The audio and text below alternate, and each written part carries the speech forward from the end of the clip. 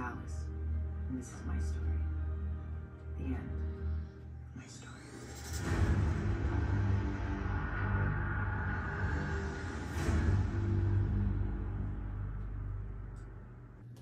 Finally, gosh. No more shitty Resident Evil movies. Let's go. Let me just put this movie back where it belongs and... What is that? Welcome to Raccoon City.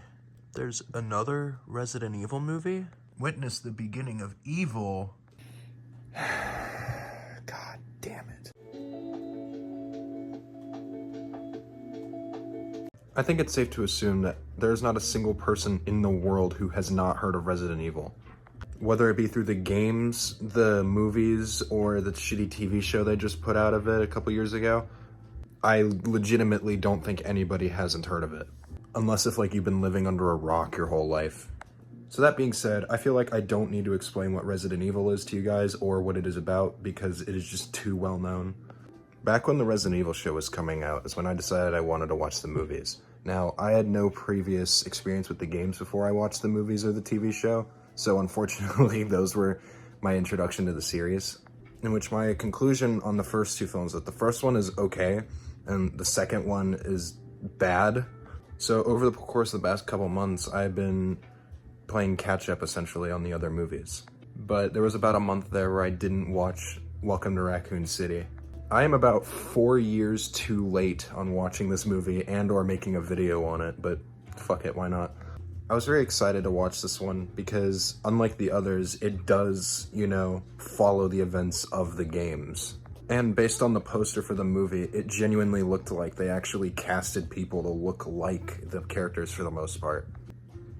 But, unfortunately, the movie is awful. I am being generous by giving that movie a 2-star. Because if it weren't for the freaking references being really, really good, in most cases, that movie would genuinely be half a star. And it sucks too, because this movie had so much potential. Like, you have an opportunity to make a movie, and you actually follow the continuity of it, and then you fuck it up this badly. This movie has a whole bunch of problems.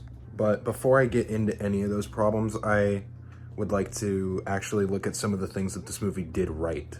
Which, spoiler alert, it's not a whole lot. To start things off, they use Raccoon City in a lore-accurate manner. And now that I think about it, you know, the mansion too, they pretty much every location from the first two games, they like use perfectly. Like, even down to the way that they look. I mean, look how gorgeous these locations look. The first time in anything like outside of the game's portrayal of the series, they actually feel like Raccoon City. When I was watching it, I was like honestly amazed by how like accurate it was. The second thing I would like to point out that they did really well is just overall the references. The references in this movie are really, really good for the most part. The only one that I think isn't good is like the itchy tasty one. I just kind of wish that they, you know, did that one the way it was in the game where like you find it as an audiobook. But I won't lie, I was kind of laughing my ass off when I saw the burger truck guy show up in this movie. And the last thing is kind of a little spin-off of the references because it is a reference within itself. But they did the zombie head turn very well in this movie. I mean, fucking look at this shit, dude. Hands! Show me your hands!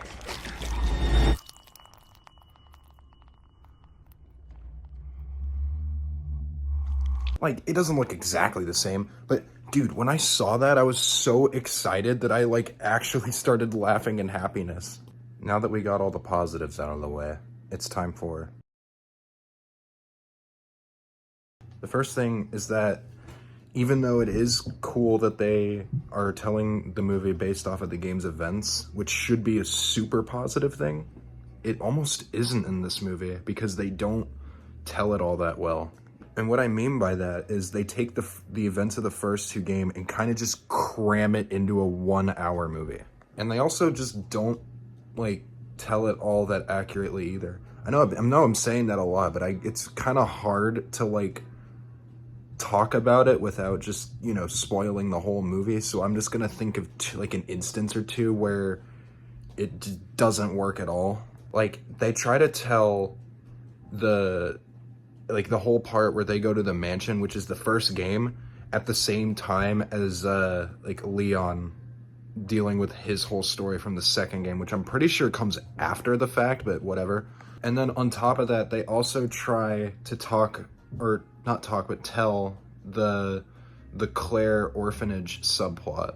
And then they get rid of Raccoon City at the end of the movie without, like, telling the Nemesis plot or having Jill or fucking Carlos fight Nemesis, you know? It's just like, it's such wasted potential, man. The second thing I almost put down as a positive alongside, like, the accuracy of the locations, because the casting in this movie, like, for Claire, Chris, and Wesker are really, really good.